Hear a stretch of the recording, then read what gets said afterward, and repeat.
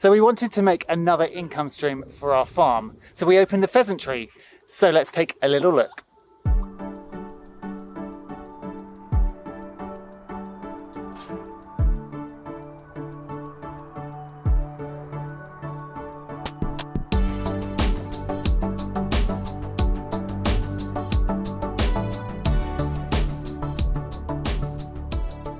So we are nearing the end of 100 days of farming. So I wanted to do a little bit of a tour around the various parts of our farm. So this time it is the Pheasantry, where we have our ornamental pheasants and also some birds of prey. And we set up this area as another income stream for the farm, because let's face it, farming is hard enough to make a living when you're just doing one thing. So we thought, let's have multiple income streams that can build up over time. So in the Pheasantry, we sell hatching eggs online, we sell young pheasants themselves, and also in the future, we're going to be doing birds of prey experiences. So that will all bring in extra money. Also, of course, there is the utter enjoyment of keeping these lovely animals. So let me show you around a little bit. So over the past couple of weeks, the Pheasantry has expanded quite a lot, and I'll just link the video up here to the work that we were doing. It's not finished yet. We've still got plenty to do, but I wanted to show you where we have got. So this is the original front end of 3 aviaries, and this is where we have our Reeves pheasants and our grey peacock pheasants. So our grey peacock pheasants are in here. And let's come around this way so you can see.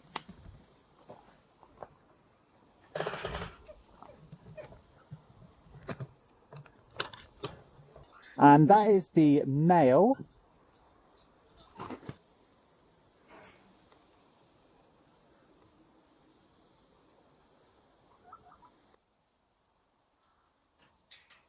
Now, we had a slight issue early on with the grey peacock pheasants, because when we first got them, the cockbird beat the living hell out of the hen. So the hen was actually living in our house for about 6 months. He basically scalped her.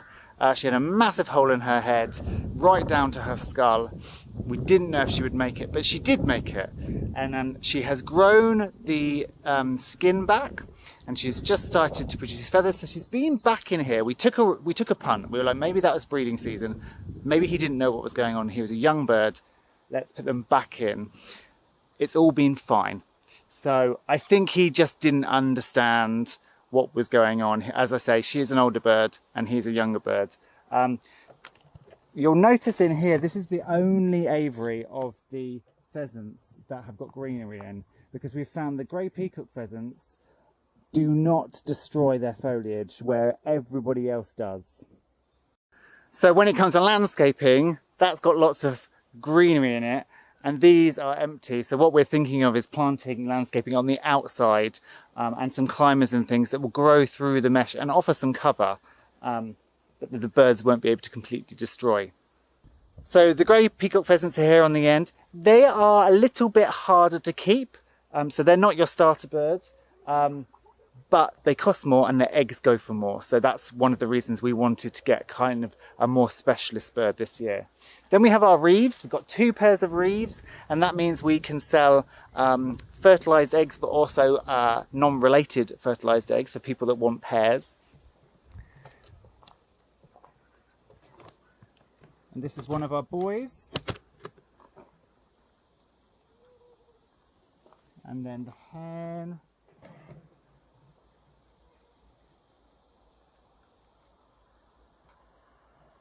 And then we have the same in this one. There's one of our boys.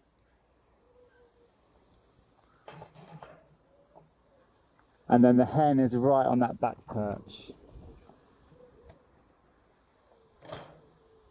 And these guys are super easy to keep. Very hardy, very tolerant of people. They eat just a normal pellet, a normal poultry pellet, fresh water. They can survive in the snow, brilliant. The one thing I would say about Reeves is they are quite aggressive. They have big old spurs, and the males, especially in breeding time, will go for you. So you must be careful when you go in.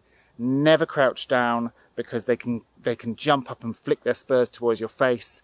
So I tend to go in with trousers and boots, and if possible I try not to go in at all, especially in breeding time, unless I'm collecting eggs, and then I get Sard to come as well.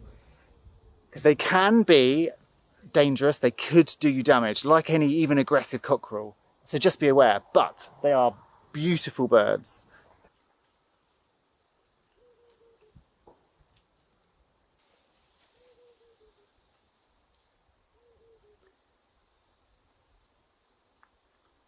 Then on the end here, we did have another aviary, which is currently here. It's currently empty. We are thinking of lifting this one and moving it here. So you'll have the run of 3, and then this one will kind of just sit in this area. And that's going to be our overflow aviary for chicks that we're rearing. And where it was is now a kennel. And the kennel is actually going to be for the Harris hawk in the summer. You can't keep Harris hawks outside in the winter because they can get frostbite on their wingtips. So he's going to have to be at home in the winter because he needs heat. But in the summer, we're going to have him on weathering in here, and then all the supplies in here. At the moment, it's acting as a good kennel for the dogs when everybody gets a bit rowdy. So we picked that up just on Facebook Marketplace. So that was a good shout. So that's there. And then that's the other aviary there. Now the new stuff is where we've been building the extension. We haven't completely finished. We have one more aviary to go. So the aviary we have yet to go is the big one. It's a 9-foot tall one. And that's going to be for an owl. But we've got halfway through the project and then we haven't had a chance to finish. But then the new run of aviaries are here. So we have 1 aviary, 2 aviary, and then 3 aviary on the end. So in the first aviary, we have moved our golden pheasants into this aviary. So we had a pair. I unfortunately let the female escape. So we went and bought 2 new young ones. It looks like we've got a hen and a cockbird, which is brilliant because it means now we can have another hen and then have 2 unrelated pairs. So they are in this aviary.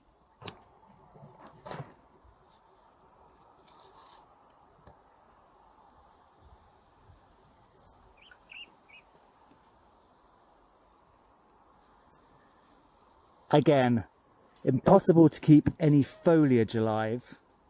They just like to peck at the leaves and the growing tips. So that's the hen we think there. And then there's our main man in all of his splendid glory.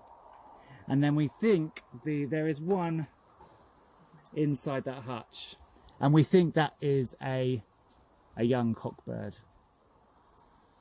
So that's the end aviary here. I'm just going to step back so you can kind of see it in its entirety. So here it is. So this is so we'll have the new aviary here, and then we've got this run of aviaries here, and then another aviary on the end. So the aviary on the end is home to Oz.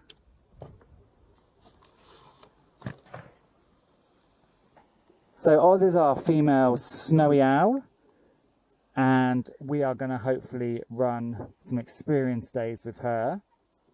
She is one of the only snowy owls in the country that actually flies to the glove and that we can fly outdoors. So I think that would be spectacular to fly her. And if we get snow like we did the last year, or earlier this year I should say, flying her across a snowy field scene will just be incredible.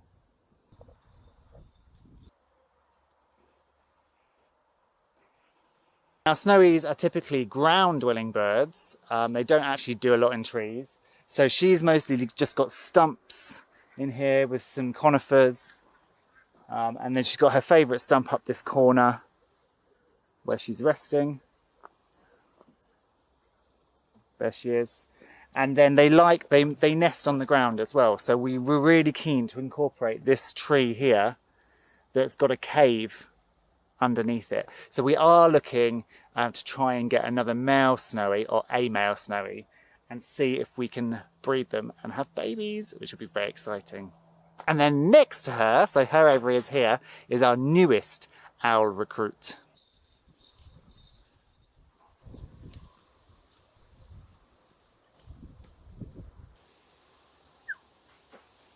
Hey, Mrs. T. You okay?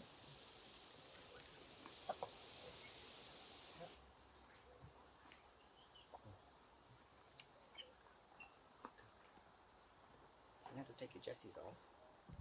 Okay.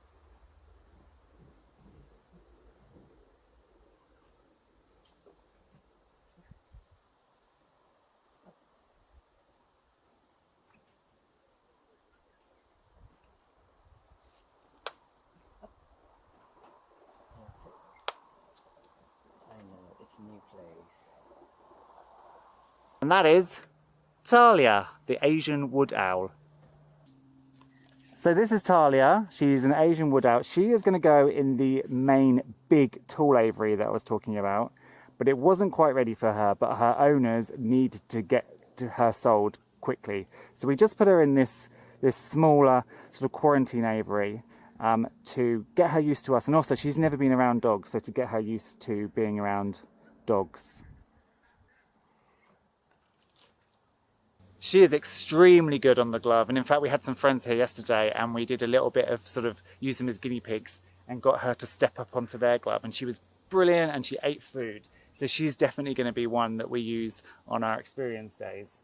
But she's a lovely, lovely owl. Again, she's a female. She has laid unfertilized eggs before. So again, we are looking at seeing if we can get a male and in the future have baby wood owls.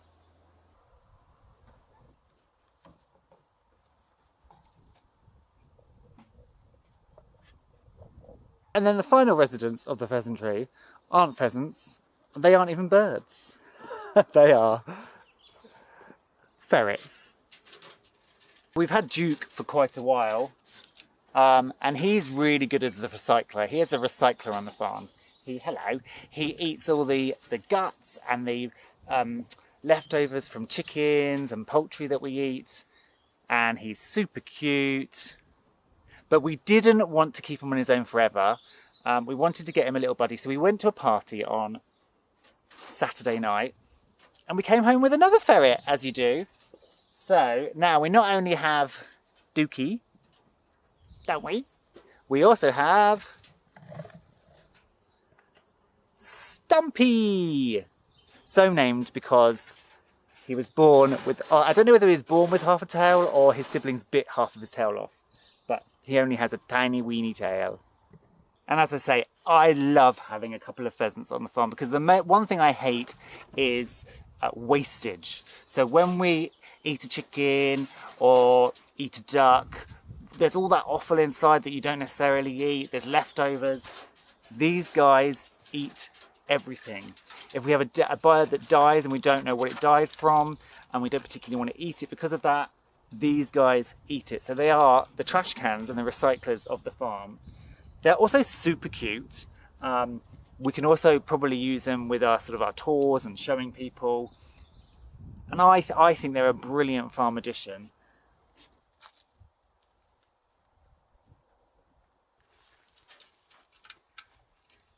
So it's been a pretty good year for the Pheasantry. We've obviously spent quite a lot of money on all of the aviary panels and things.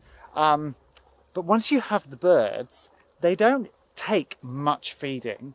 They really don't eat that much in terms of game pellets. And they produce loads of eggs. The Reeves laid twice this year. So they kind of laid a season.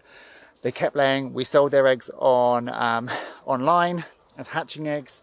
And then they started laying again. So we've actually made a fair bit back in terms of the pheasant eggs themselves. We haven't done so great this year on the rearing of pheasants. I don't know what it was. We've obviously got our brooder conditions wrong because we hatched quite a lot out and then many of them didn't make it. But I'm still really happy with the progress that we've made. We've got all of this that's new. And now we just need to finish this aviary. And going into 22, things can only get even better.